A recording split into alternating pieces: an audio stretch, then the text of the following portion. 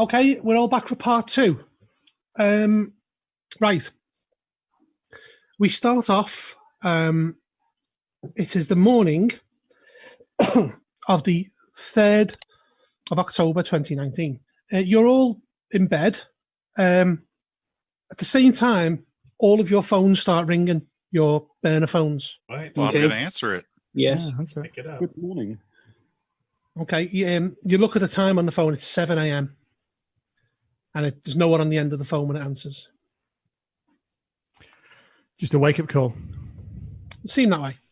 I'll say that down the phone. A wake-up call. How very considerate. No answer. Okay. Shower and dress as normal. Put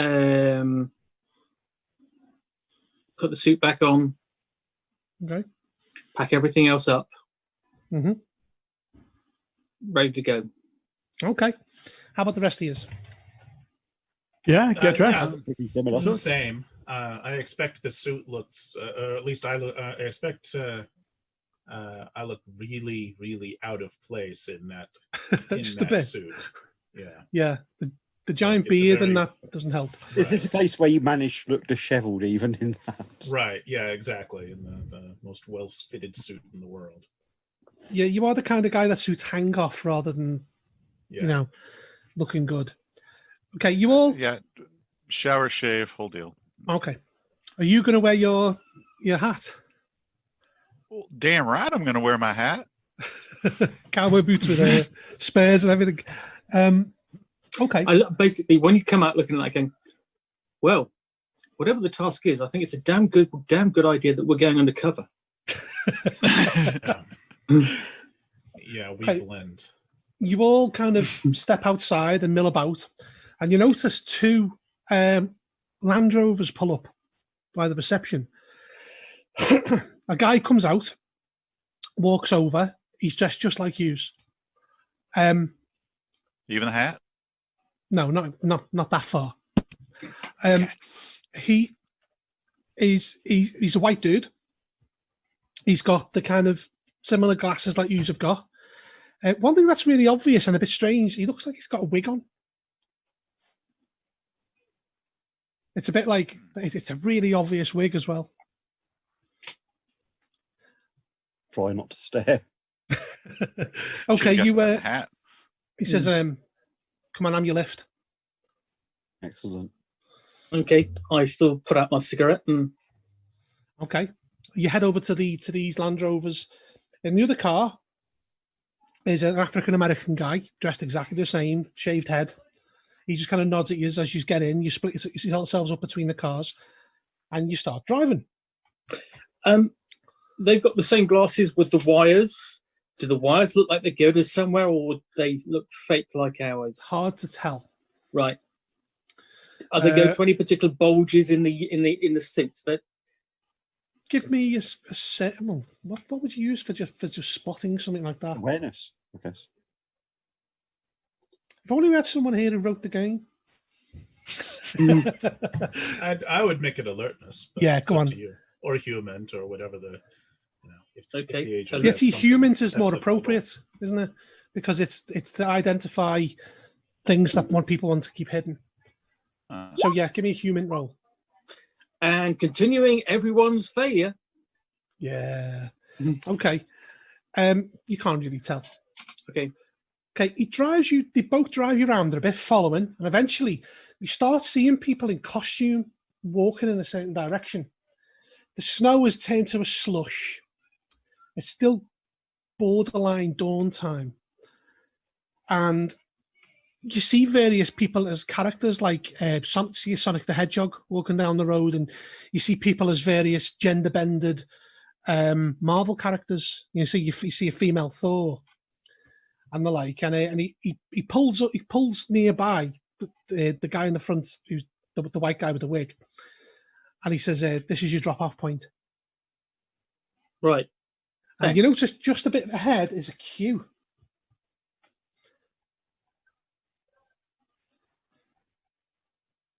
Before I get out, I want to ask our driver, or if look, do we have any instructions here?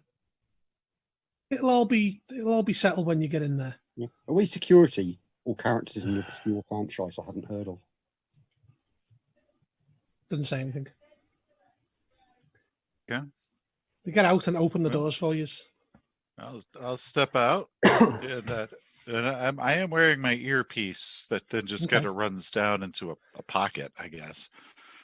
You see an incredibly hot girl dressed far too skimpy for this snowy weather, dressed as a Jasmine from Aladdin. Stop. She's got kind of green Wellington boots. She says, "Great costumes, guys," and takes a phone out and says, "Oh, get in." And she starts taking photos of you. Oh, you recognize us? Is this? Oh, no, they're just great costumes. You're like Men in Black kind of thing. Yeah, that kind of thing. Kind of stands Cool. out, doesn't it? She heads off with her friends. Everyone's dressed in various costumes. It's a real colourful display.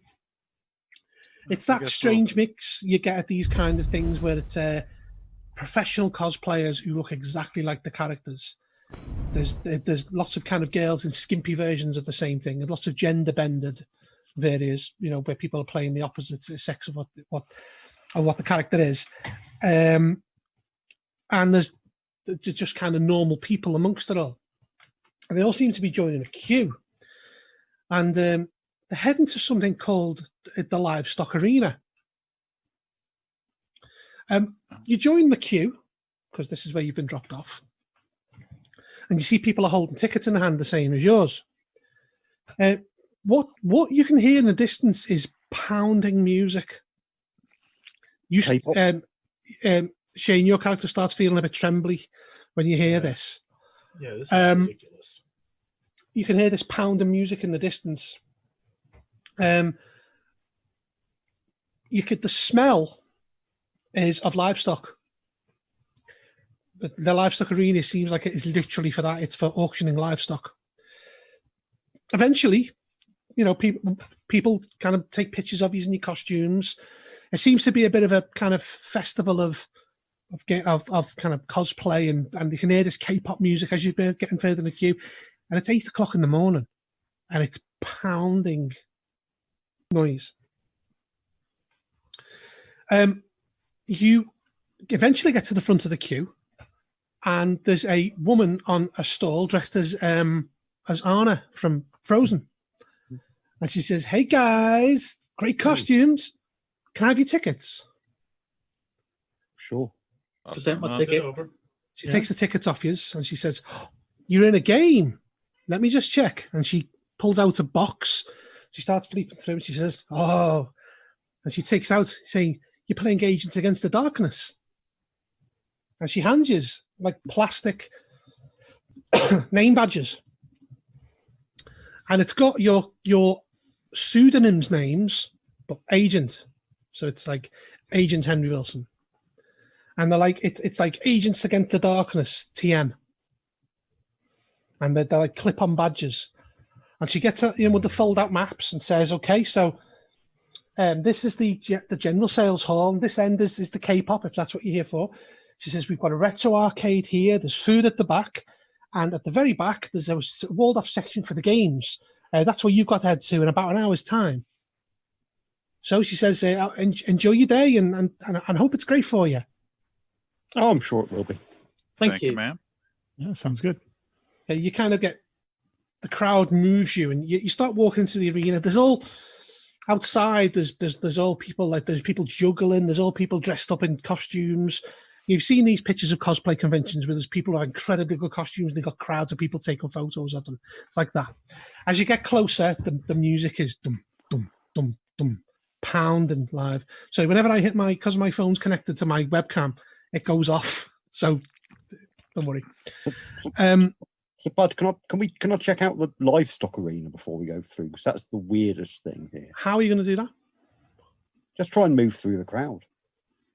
I mean, it's open, right? It's allowed. Yeah, they're letting people in. Yeah. So you're heading through the doors. The first thing that hits you when you come in is there's a number of things that hit you. Actually, not just the first thing is the heat. For those people who've been to, I suppose, Gen Con, UK Games Expo, just the heat of that, the amount of people that are there is like a wave that hits you, especially the UK Games Expo, the way it rises. You smell what smells like barbecued food and Pan Asian food. Paul, your character smells really bad Western Pan Asian food. Yeah. Okay, this is the kind of stuff you would never eat at home. There's a big trade hall with people around. You can hear the noises of arcade machines. And at the back where she said it was, there's like a partitioned off area with a big sign that says games rooms over the top of it.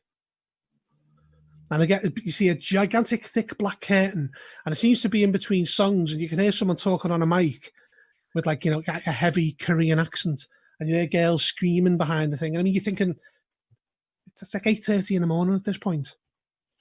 Is it a genuine Korean accent?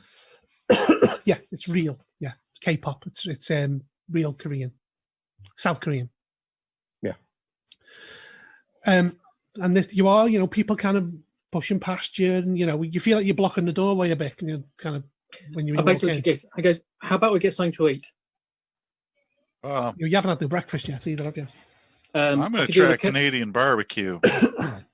Yeah, it's okay. Well, I knew that. I need I'm not coffee. Texan. The coffee's okay. They're doing like they're doing like Thai food and Chinese food, and it's really awful.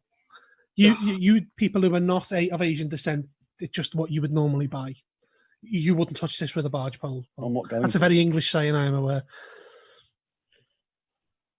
Okay, the noise is starting to get to you a bit now at this point, Shane. Yeah, I'm actually not interested in eating. I want to go straight to this Agents Against the Darkness location and just start exploring whatever I can explore, but without going inside somewhere dark and loud. Okay, you start heading over. Give me a look roll.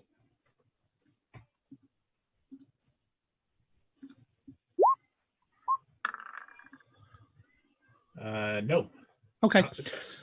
You head over to this section, and there are. It's all wheeled in partition walls, but whoever has set it up in such a way as to make it soundproof for a bit. There are 4 doors. One has Agents Against the Darkness. One has Dungeons and Dragons. One has Traveller. And another other door has Numenera on it. Right. Yeah. So what I'm interested in doing is actually the like walking the perimeter. This is a place that's got curtained off areas, right? Mm-hmm. So what I'm curious about is what is it curtained off against? The curtained off area is the curtain the band's off. It's big, tall. The massive black drapes they put up to curtain off areas of stadiums where they don't fill them with fans. All right. It's that kind of curtain off. Yeah. You can clearly see its purpose now you think about it. Yeah. Okay. All right. So the game areas, mm-hmm. right? I don't know. I'm gonna go poke my head in. Which well, you poke your head in the first door. There's nobody in there.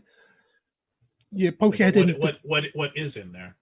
In the room is a circular table, 7 chairs, a waste paper bin, a pull down projector screen, and a blank flip chart. The ones that you can write on and flip the pages over. And that's it. Yeah. All right. Okay. Yeah. I'll do the same kind of cursory investigation of each of the other 3. Exactly the same. Okay. And these are curtained off against each other. Is that right? No, these have got thick partition walls. When you go in here and close the door behind you, the music becomes really distant and backgroundy. It's a lot more comfortable. Yeah. All right. Then I'll leave that door closed. And I don't know. I think I'm just going to just sort of explore in detail. You know, if there's a projector here, right? So No, there's no projector, just a screen. oh, just a screen. I thought there Yeah. was an actual projector. No. Okay. Yeah, so I'll just start kind of poking in under things and in things and behind things and try to figure out what the hell's going on with this environment. Okay, give me a search roll. Let's see. Yeah, I'm not great at that.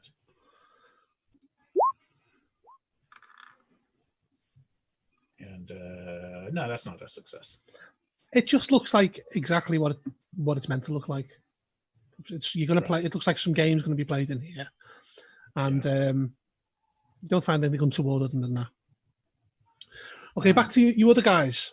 What are you doing? You're having some barbecue, aren't you, Seth? Damn right. Yeah, it's okay. And the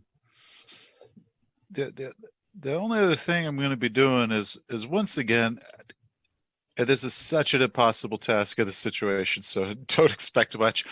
I want to look around and see if anybody seems to be looking at us differently than anyone else among the crowd. We're all in costume. People are going to be looking at us anyway, but yeah, it'd be difficult to pick it out. Aware of, yeah. Yeah, it's difficult to pick it out because people are genuinely looking at you because you're in dressed in costume, and you're not dressed like anyone else in there either. You know, there are people in normal civilian clothes who just obviously come for the arcade, or they've come for, you know, the trade hall, which is selling all manner of games and technical stuff. You get people checking you out and saying great costume, yeah, the odd comment, but that's other than that. While you're eating your barbecue burger at 8:30 in the morning. Yeah, just see if anybody else has a different way when they look at us, that sort of thing. That's just what I'm trying to look out for, which once again, I'm at a con. It's not like it's okay. Give me a human roll. Human? Let's see how bad I feel this. Oh, super bad. Yeah. Okay. So let's go to Guy. What are you doing, Guy? I'm going to get some food and just try and talk to the guy at the store, like find out, is this happened every year? Is this a new, like just find out about the con? Is it a new thing? Does it happen every year? It's yeah, he's very chatty. He said it's happened for the last 5 years. It's fairly new. K-pop took off in Canada generally not that long ago. So they started inviting bands, and each year more bands have started coming, and it's kind of an event now. And as gaming, he tells you all about it. And people travel from all over the country to come here. This is all over Canada, yeah. Prince George, is it? That's no, it's all over Canada. People come to here. Cool. What are the games like? I think we're in one. Oh, he explains. Yeah, he says I think they're playing Dungeons and Dragons. I don't know much more than that. Oh, those geeks. Yeah, you know, I just cook food. He says. Yeah, he would catch me dead there.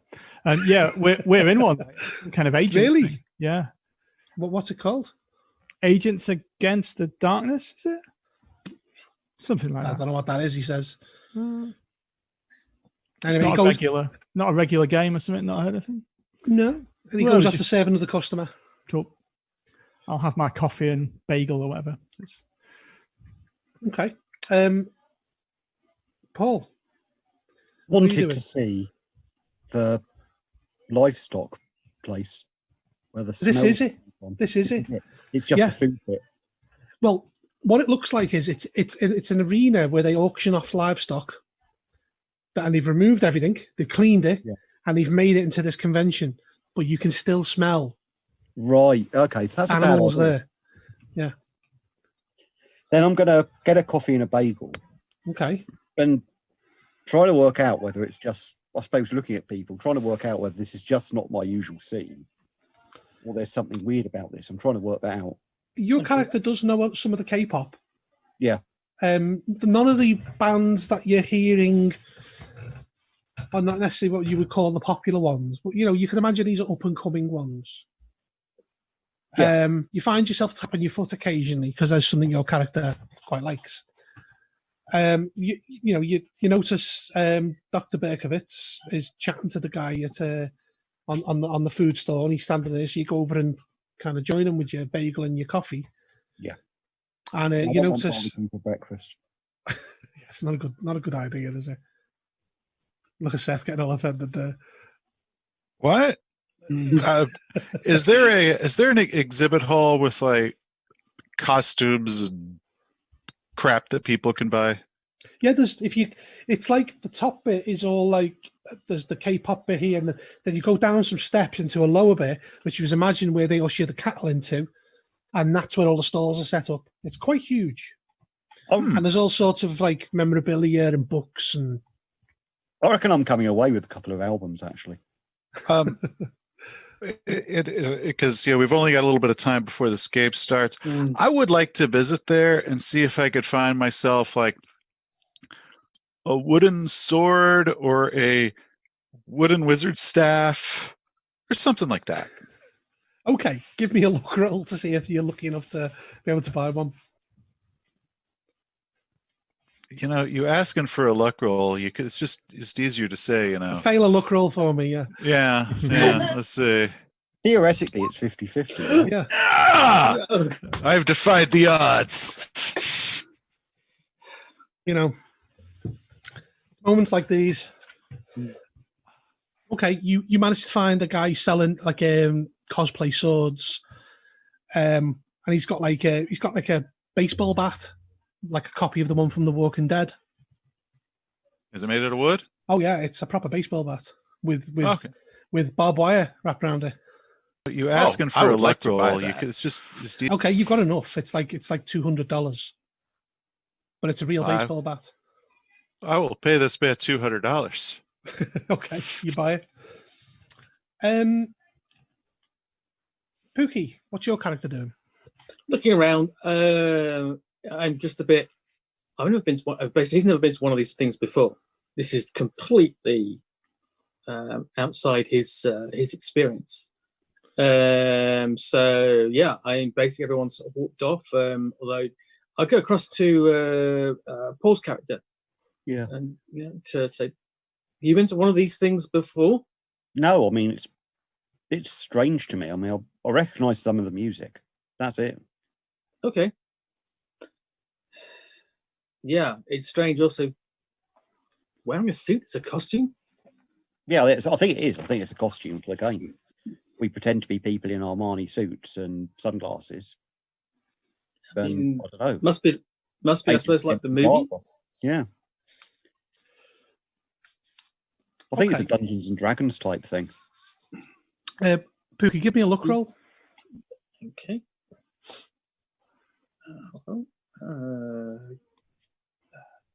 D100. Whoa! Yes.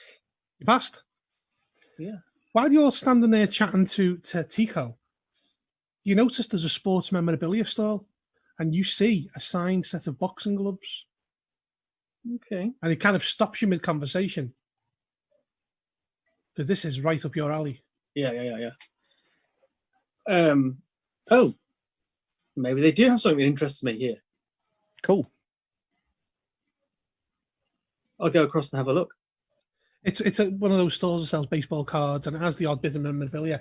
And he has a pair of boxing gloves signed by Mike Tyson with a certificate of authenticity that's photocopied. Okay. How much? $2,000. In your pocket. I've got a skill for the check to see whether this is whether this would actually be a genuine and a good price.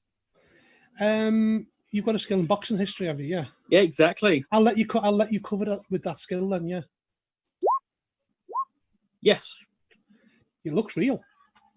The autograph looks real. The certificate of authenticity, it's photocopied, but it looks like maybe it's been damaged and replaced. The guy behind the stall spots it and says, "Oh, yeah, they're real. Then bought them a couple of years ago."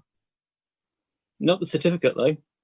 No, but the certificate got damaged by water, so I had to find a photocopy of it. I do that with all of my goods. Okay.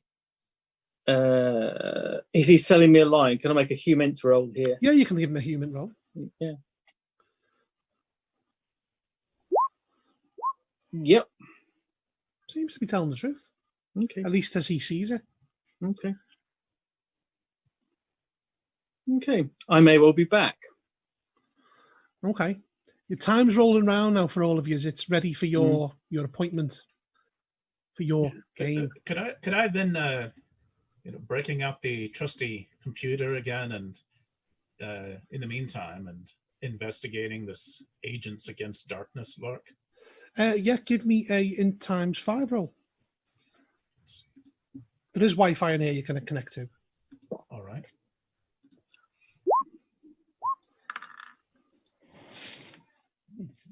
So yeah, that's a success.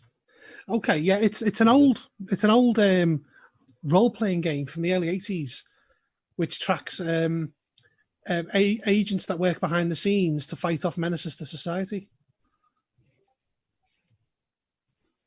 Yeah. All right. Well, I'll spend my time kind of figuring out how deep that goes, or if this is some kind of weird mind game that they've just somebody has invented this and put it online on. Oh no, it looks real. Yeah. Yeah. I'll take the dealer's business card. Okay. Your time rolls round, and you eventually head to your room for your game. Okay. As I described to Shane before, the room is it's essentially a rectangular room with a round table in the middle. There are 7 chairs, a waste paper bin, pull down screen for a projector, and a whiteboard which hasn't been unopened, it's never been used, and there's some pens. Also, I forgot to mention there's a 4-way plug adapter plugged into a pillar in the middle of the table. Okay, you go in there, and the music is really muted at this point. You actually feel a lot more comfortable, Shane. Yeah. There's no one else in here but the Nope. 5 of us. Just you 5. Okay. So we got 7 chairs. We're missing 2. Mm-hmm. Okay. Is no one taking tickets outside? No. All right. You've sussed out that the G on your card, on your ticket, was for a game. Yeah? Which is why she had to check. Where's this plug leading to? This plug that's... A 4-way adapter. But there's nothing plugged into 4-way? No. Sorry, yeah. Okay. You're kind of milling around, and you hear from outside like a click, click, click, click, click. There's someone getting closer, and the door swings open, and there's the guy from before, the guy with the wig, and he's got a shorter guy who's got one crutch, and he's got 2 boxes under arm, and I'll stick a picture on Zoom for you. I'll go over. You want a hand with those? Just sit yourself down. Right, the picture. Where is he? There he is.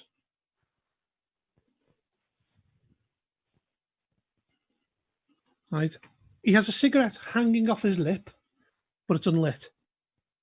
Okay.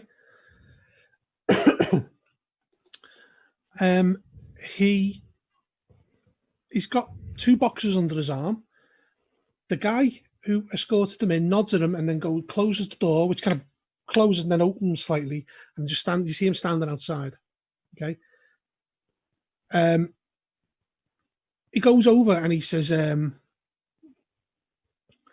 Mr. Kernet, can you give me a hand with this? He turns to you, Shane. Oh, yes. I'll stand up and go give him a hand with that. It's a projector, brand new boxed projector, and a brand new like Chromebook. And you see what he does. He takes out the Chromebook, opens it up. He gets out a strange-looking USB stick, like a reinforced USB stick, puts it in the side, presses a button on it, and you see it scripted go through, the setup of a new computer. You know, the way it takes you ages. It scripts it so incredibly fast, and it gets it ready, and it's kind of the desktop. You've never seen anything like it. You haven't even finished unwrapping the projector when he's ready to go. Watching him, does he seem really comfortable in this task? Like he definitely knows what he's doing with all this? He knows how to do that. But you don't want it beyond this. Yeah. he takes a vape out of his pocket and puffs a vape. And he says, thanks for coming, guys. I don't know what to say about this, he says. He says, okay, you guys, you knew you would have to, you knew we were going to be in touch with you at some point, yeah? Oh, and proper names here, none of the fake stuff. Yeah. We knew that. We thought that. We knew you'd be in touch. Okay. Okay, he says, my name's Walter, and that's all you need to know about me, huh? And he takes proper names then. Mm-hmm. And he takes a puff of the cigarette and puts it away, has another puff of the vape, coughs a bit, and he says, okay, why are you here? Okay. You've all heard of the Highway of Tears, yeah? Yeah. No, enlighten us. No. He says, the Highway of Tears is a stretch of road about 720 odd kilometers long. People go missing on the Highway of Tears, like all the time. Bodies are dug up all the time. It's a bit of a serial killer garden. Okay. He says, now a couple of years ago, a girl vanished from Prince George, Sarah Blundell. Now, well, he says, I'll show you. And he brings up a box, and like a box appears on the screen. He types in a huge string of stars, which is obviously some sort of password. And then he connects, the projector's all connected up, and he presses a button, and it's projected onto the screen, which he pulls down. He says, you may not like this, but this is what happened. And he opens up what looks to be a video file. And it's a dash cam of someone driving down a dark stretch of highway. Trees either side. It's real Canadian wilderness. You can hear the guy who's driving the car chatting away to someone in the passenger seat, and you can hear just music coming through the speakers, just like the radio. Yeah. The guy turns a corner, and you see a figure emerge from the woods, glowing green and white, run across the highway in front of the parked car. The guy skids, manages to control it. Then you see the figure run down to the woods, then vanish. You want to see that again? Yes, I would. See what again? This looks like some kind of doctored YouTube video. What about it? No, it's real. Trust me. Can you zoom in on the figure? Well, I'll get to that, he says. He says, we have really good reason to believe that is Sarah Blundell. Except, as you probably imagine, Sarah Blundell doesn't really glow green and white. He says, we took this still, and he goes, and it's a picture of the shot, and it's a woman turning to look behind her, and she's got shaved down the side of her head and a bit of a mohawk. And he says, and this is what Sarah Blundell looks like. And he brings a picture of her. It's clearly the same girl. He says, this video was on YouTube for under a minute, and we had it removed. And we've had it taken care of. Okay, we believe, and you're going to find this funny, that is a ghost, but not how you think it is. Hilarious. How do we think it is? He says, And more importantly, how do you think it is? I'm getting to that. He says, information on this was leaked. To the public. For the last couple of years, people have flocked to this spot to try and see the ghost of Sarah Blundell. And it's causing a bit of problem for the Canadian police. It's attracting all sorts of awful people. And the family, as far as they're concerned, she's not dead. She's run away. He says it attracted the Westboro Baptist Church from America with their Sarah's going to burn in hell signs. It attracted local spiritualist churches who want to put a soul to rest. It's a real carnival there. And the anniversary of her death is tomorrow. And for the last couple of years, she's appeared on the anniversary of her death. We've tried to suppress the news of it. We've tried to keep it under the radar, but it's getting problematic for the Canadian Mounted Police. And we have a couple of guys on the inside there who've reached out for help. Why do we think it's a ghost, you said? Good question. He says, we have reason to believe that there's a serial killer operating on the Highway of Tears that has access to some kind of unnatural powers. Now, I know all about all of your various experiences, so you know that this kind of stuff exists. Somehow, it looks like Sarah got away from him. And this guy, because we think it's a guy, has murdered 41 other people, which, again, we've managed to suppress. But here's why we think it's some sort of unnatural thing. He murdered 2 people a great distance apart within a day.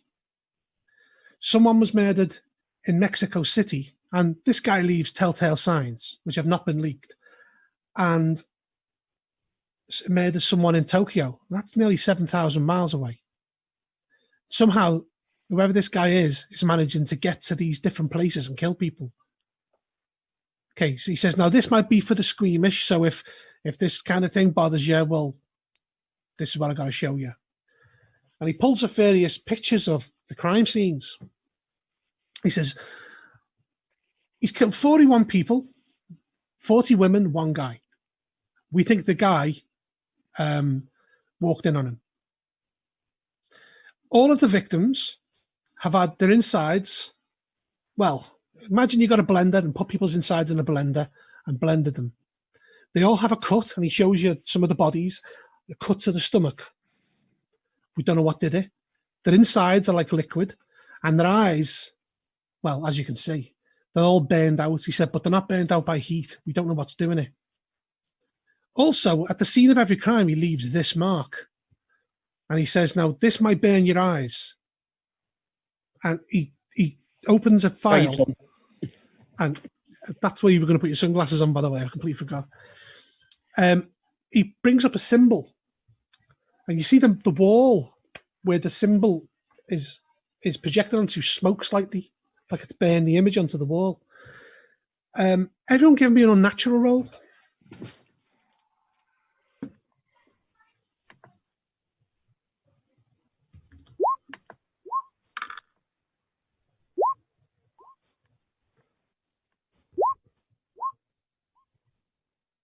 Nobody? Sorry, I'm trying to find it. I don't think it's anyone's best skill, has it? Everyone has a percentage in it. Yeah. Oh, It's just not a high percentage. No, it's a very low percentage, to be fair. Yeah, it doesn't matter what percentage it is. I'll still fail it. Don't worry. It's not changed anything, has it? Okay.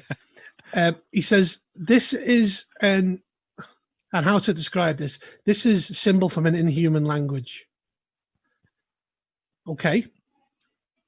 This symbol in this language means what we would determine black or empty or void. The only evidence we've got of this person so far is a partial thumbprint, which we've searched every database in the world. It's not been found. That's why we've coined this guy Black Thumb. This is all we have.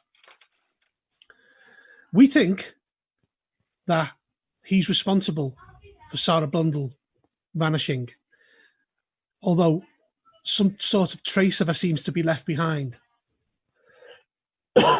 which seems to be repeating. With that, the door opens,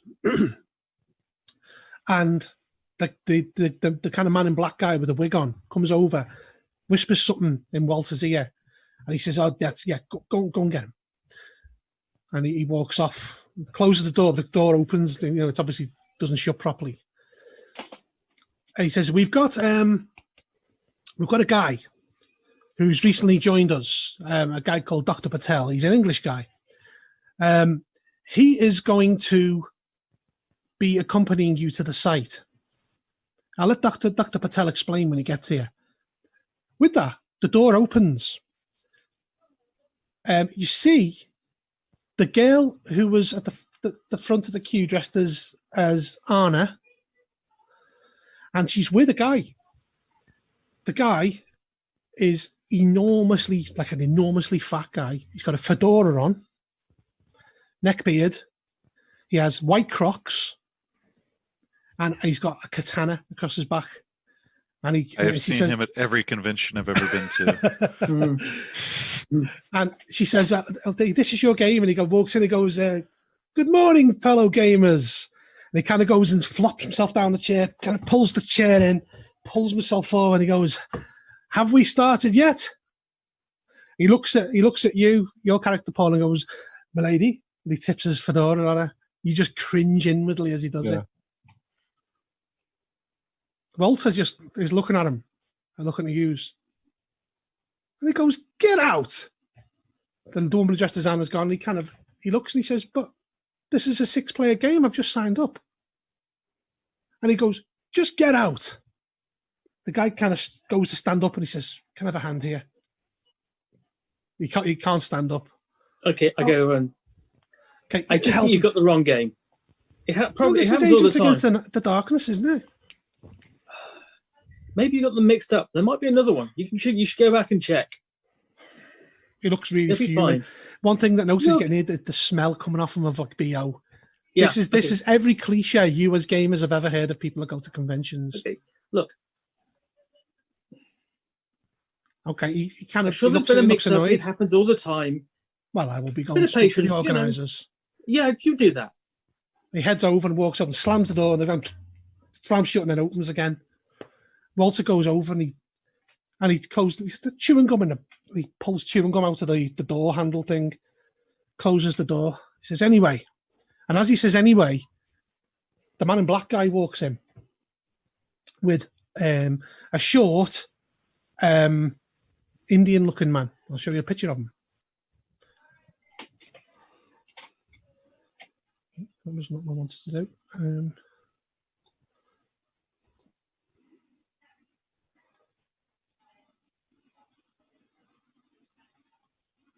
Okay. Do you know what's Dr. freaky about that Patel. photo? That's not a real person. That is from thispersondoesnotexist.com. Ah. Is that in game as well, or No. He walks in and he says hello, and he talks to you all. He says, and he looks at your character Shane. And he says, "Dr. Kernet, it's a real pleasure to meet you." And he goes over and double handshakes you. Well, thank you. Maybe you can tell me why I'm here. Well, it's partially to do with what you did. That the reason why we're here. And he turns to Walter and he says, are we insulated against outside influence here?" And Walter says, "Yeah. Who's going to come here, for God's sake?" And he says, "Okay, where are we up to?"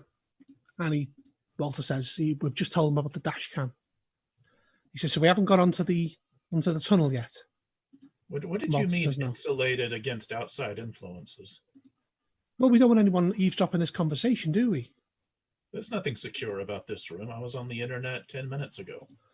Well, as best as we can, given the circumstances. So What we're not secure circumstances? against outside influences. Well, people are not going to walk in, are they? And Just Walter did. kind of goes, What we just did. puffs on his, and Walter says, "It was arranged at short notice. What do you want me to do?" Oh, please go on. This is fascinating. This is an absolutely great opportunity to invest 40, 41, 42 victims. This is incredible. This is right up your alley. Yeah, I'm like no hiding it. I'm like actually quite excited, and maybe not the symbol, but certainly all the horrific scenes of of people with their insides blended out. I'm kind of going up to the projector and really looking at them, maybe taking notes and stuff. I'm well into this. So Dr. Patel says, anyway, he says it's partially down to your work, Dr. Kernet, that we're here. He says, has anyone heard about this fringe science called the stone tape theory? No? Out of character, did you say stone tape? Yeah. Oh, is that something my character has heard of? I certainly haven't. I'm going to say yeah. Okay. Stone tape theory is a genuine thought that people have in fringe science, where they think that a ghost is an imprint upon the environment and the right atmospheric conditions may play like a tape. So you see things repeating again and again and again due to some environmental condition, and that's a theory behind why we see ghosts. It's an imprint of some way. Mm-hmm. He says the whole case of Sarah Blundell is a very, very interesting one. We think that this serial killer has somehow trapped her here, and we don't understand why. We don't understand about enough of what's been done here, but we think it. He says it sounds silly to say it. We think that she's trapped here and is playing like a tape each year. It's becoming problematic for the Canadian Mountain Police because they're having gatherings there, and it's inviting unsavoury elements like the Westboro Baptist Church who want to condemn her to hell. But we may have a bit of technology to maybe find out where she is. He said it's partially based on your technology, Dr. Kernet. Would you like to explain what your technology does to your compatriots here? Not especially, no. I prefer not to think about it. Okay, well, they need to know, he said, because I will explain if you won't. Dr. Kernet created some technology which allowed telephone conversations to be pulled from the ether, run through a noise generator, and you could listen to the calls as long as you were aware that the call was made. My new employers kept an eye on Dr. Kernet for a long while, and things started coming through the background radiation noise, which were unsavoury. Would you agree, Dr. Kernet? The existence of it is unsavory. The cosmic background radiation should be entirely random. But as we know, it wasn't. He says, we've modified your technology, and we think we can pull Sarah's image out and possibly remove it because we know where it appears every year at the same time. The anniversary of disappearance is tomorrow. We know roughly the time it happens. We've come across an exotic energy source, which I'm not at liberty to go into the details of. And I need you to all accompany me to the site of where her image appears each year. I mean, obviously, Dr. Kernet, we've asked you because this is based on your technology. We've essentially used some of it to modify it to not just pull audio, but to pull images, and we can slow them down like a genuine tape player. He says, you may be wondering why we've assembled you. He says, well, it was a short notice, although this has been long in the planning because something has come up. For the three people who are FBI agents, and obviously for you, Terrell, we need some muscle should anything go wrong. Dr. Berkovich, you are a forensic examiner. The hope is we can trap Sarah's image and we can energize it to the point we can follow it, because we think she's buried out there somewhere, because we know that Black Thumb doesn't remove people. He dumps them somewhere nearby. So what we need to do is get you out there. The Canadian Mountain Police have blocked off the area to get in there, set up the equipment. When she appears, energize her spirit, follow it to where, as far as it will go, and obviously remove her and then examine her, because we don't know what Black Thumb has done in order to make this happen each year. How old's the body? How old was it? It was How many years ago was it? It was 3 years ago she vanished. Pretty So rich by now, then. that Oh, yeah. body. The Well, first well, year, the first year is the dashcam footage. The last 2 years have been bigger gatherings. And as I say, the Canadian Mounted Police, we have people on the inside there. It's becoming a problem for them. Mm. So we think we have a technology available to us that will allow us to extract her, thus removing the problem, thus giving us possibly more insight into how this Black Thumb works. Makes sense, yeah. Sound. When is it? Tomorrow? Let's It'll get be going. tomorrow evening, yes. Yeah, I'm continuing to frown as if none of this makes even the least amount of sense. But I'm not going to interrupt people to say that out loud at this point. When does any of this ever make sense? and exactly I'm also looking how and very what are we skeptical. supposed to provide muscle against? If in case anyone breaks through the blockade.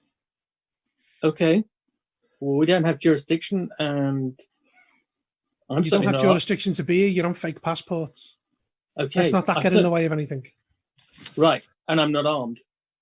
You will be armed. We have silenced pistols. Okay. Well, you Just should checking. open with that. Um, Yeah, just get me to that body. That's what, that's I what need, I'm after. what I need more than that's a badge from local law enforcement.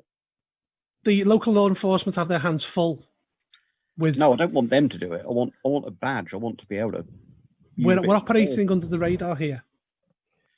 Yeah, but you see, you're asking to clear people away. What's going to happen if one of our three friends here shoots a protester with a silenced pistol? That's not going to happen, is it? Then why are you giving them silenced pistols, for God's sake? Yeah, but we're not going to expect you to shoot them at the blockade. If anyone gets shot who breaks through, we'll deal with that as it happens. And to be honest, I'd rather not be shooting people at all. Well, that's a good thing. I don't know about my colleague here. Which colleague would that be? I'm thinking the one in the hat. oh, you know, I think he No, probably only wants to shoot really bad people, and that's okay. it's preferable to only shoot the bad ones. It's a lot of paperwork regardless, so you want to make sure it's at least worth it. He says, I understand that this probably doesn't make much sense at the moment, but it will hopefully make more sense tomorrow. This is technology beyond what is currently available. And it's using part of Dr. Kernet's technology that he developed to assist us in doing this removing this unnatural event that seems to be happening. If people die, that's an unfortunate side effect, but if And they break through the blockade, what else are we meant to do? And Tell them it's to be tomorrow quiet. night. Tomorrow evening, yes. So the plan is we will collect you around 10 p.m. We will ship everyone off to the site. We will head in there. They've set up quite a far distanced off blockade, so no one can interfere. But you never know who's creeping around the woods. That's half the problem there.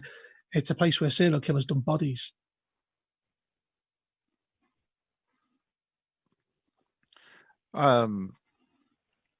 So 10 p.m. Mhm. You don't want to let us out there while the sun's still up? No.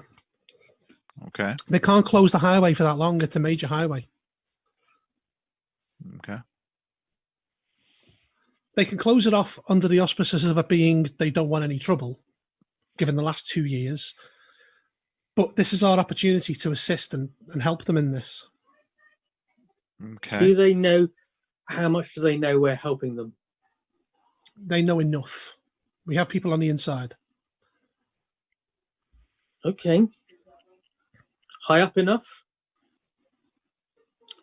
Enough to take care of things, yes.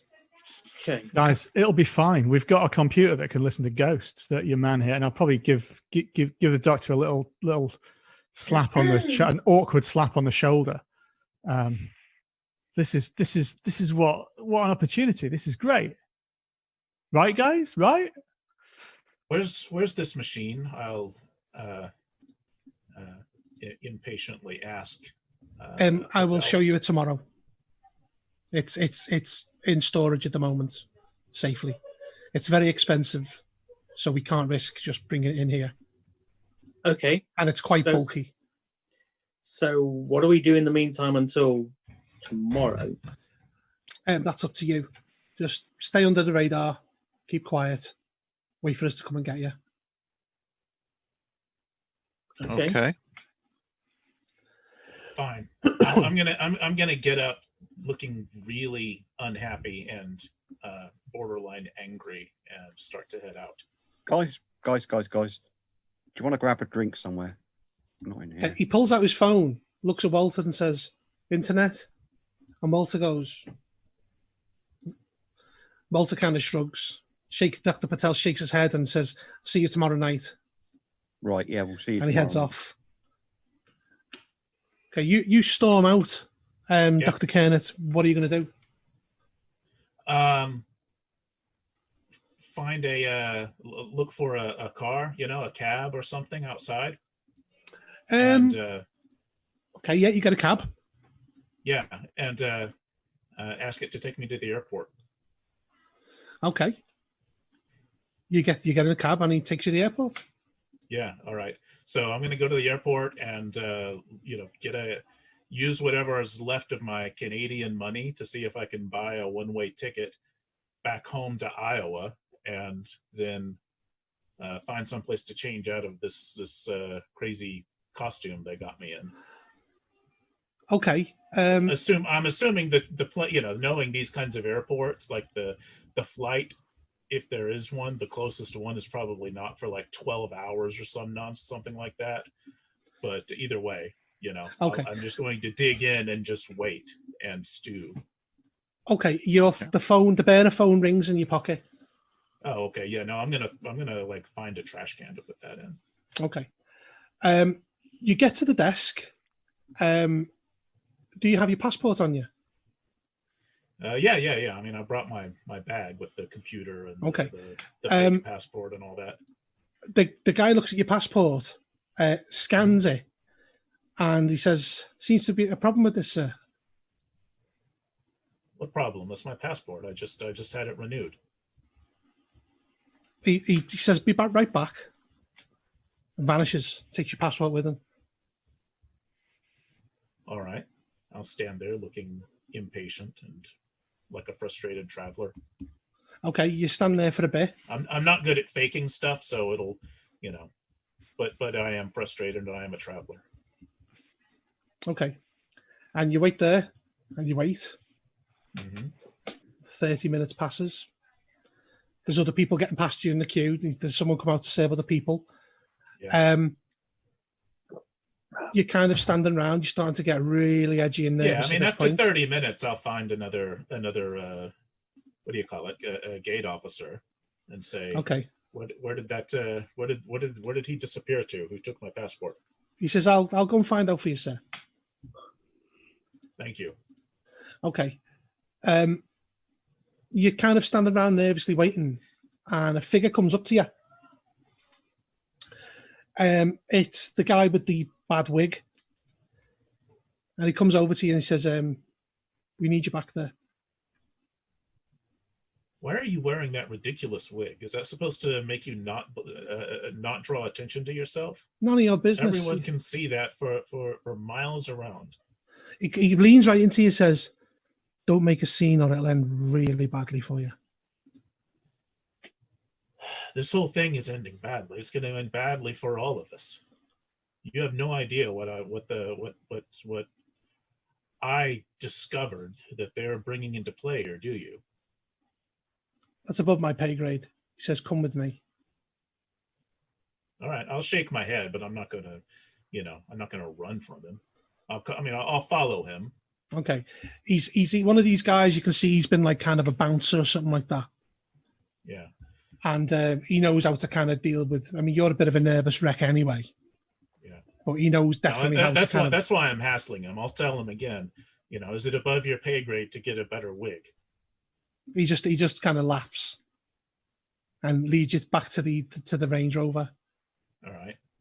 Yeah, I'm gonna. My plan is to continue kind of nervously projecting and being a dick during the ride over. He seems to be just immune to it, like it washes over him. You notice he sits you in the back seat and then puts the child locks on. All right. And then he turns to you and he kind of leans and you can see there's a gun inside his pocket. He says, "I don't want to have to use this, Doctor. Please don't make me use it." Who the hell even are you? What are we doing here? He just starts driving. You guys use what he's doing. I want to get people together. I've already lost Dr. Berkovich, but I'll probably give him a call at some point. I know I won't be able to get through, but that's better character. Basically, I know of a bar where the drinks are totally free. No, I want to go to a bar that's not in this place. A normal bar. One thing you notice is as Dr. Kernet just gets off, Walter kind of looks at Jimmy and gives him a kind of nod. And then Jimmy, the guy's called Jimmy, by the way. The guy on the door kind of shoots off. Walter, you see, he takes this kind of pen drive out, puts it in his pocket, breaks the laptop in half, throws it in the waste paper bin, pulls up the projector screen where there was the symbol was burnt on it, and pulls it off, scrunches it up, throws it in the bin. Then he throws the projector in the bin, takes out a lighter fuel canister, squirts it in the bin, lights up a cigarette, throws it in the bin, bin goes up in flames, the sprinklers come on. Just before, Shane, your character hears the sprinklers go off behind him as he's leaving. Well, and you're like screaming and like people are starting to run out. That's and great. They start back. That's great. That wasn't conspicuous at all. Keep a low profile as well. Well, in the crowd. The place is being evacuated. Yeah. The place starts getting evacuated. There's crowds of people. All the music stops. You what, sorry? That could have been better handled. I'm sure they could have been better disposed of than that. Well, now they've got 6 people. Look, they're going, who are those guys in there? Let's not talk. Let's get to a bar. So let's just go outside, get a bar, like we said, and let's just get a beer and think this over and plan. I'm sure the doctor will come back. I need a cigarette. Yeah. Okay.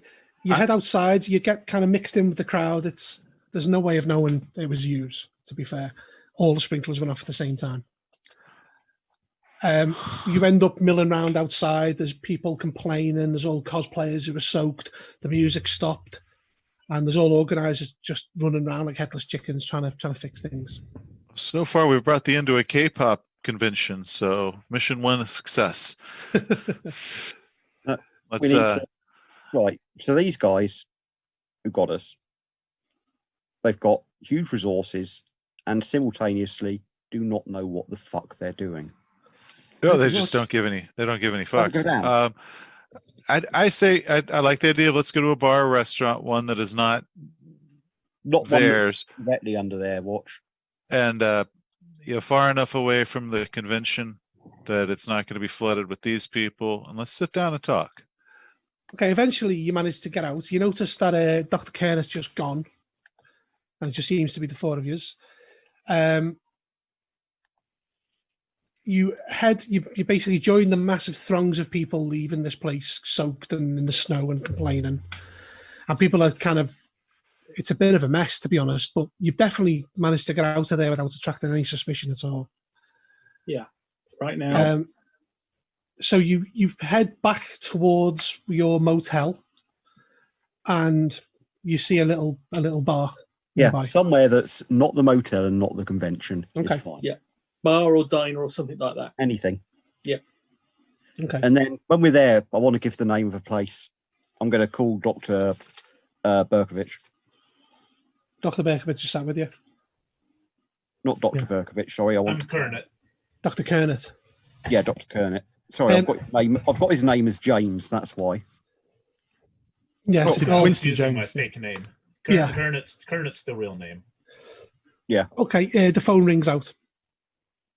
Yeah. Okay. Maybe I think he had the right idea if he's got out. I think they'll bring him back to us. Yeah, that's the thing. They've got immense resources and do not have a clue. Well, they How don't long- care about people. That's the problem. Okay, How long have you worked for the FBI? I don't like just like that, but with immense resources, isn't it? it's a case of I just think You've got they're tapping resources they've not used before, and I think they're almost making it up as they go along. This is just they're winging it.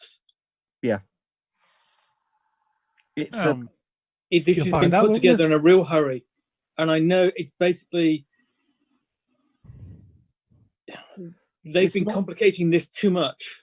it's not the hurry. There's too many moving parts. Yeah, Look, it's simple. It's dead simple, and I'm kind of appealing to it's not Avery, is it? It's Terrell, your actual name. So so this is dead simple. We've got a serial killer. We've got a victim that's different to the rest because there's an echo of it or some weird woo-woo science thing. Victim that's different to the rest. Find the body, look at the body, there'll be a clue. We can get this guy. 42 people dead. This is straightforward. We're the good guys. Like it's I gotta be worth agree. it. I agree. The ghost tapping is a really stupid idea. it's crazy. We've got the guy who Okay. invented it though. I'm pretty Well, much sure we've 60s all back. seen. I'm pretty much sure that we've all seen weird stuff. If we're here, Oh yeah, yeah. okay. Yes, Still sounds crazy. I'm not disputing the existence of weird stuff, weird shit. Okay. And well, I don't know what they're saying. I don't know why. I'm not sure why I'm here. Weird shit, because you've seen weird shit, so you go along Yeah. with it. It doesn't seem like. It seems strange to have us as simply muscle. Yeah. Take for what Maybe you will. I'm 5 foot tall. I've never been described as muscle in my life. Right, let's I leave it there see. for now, guys. yeah.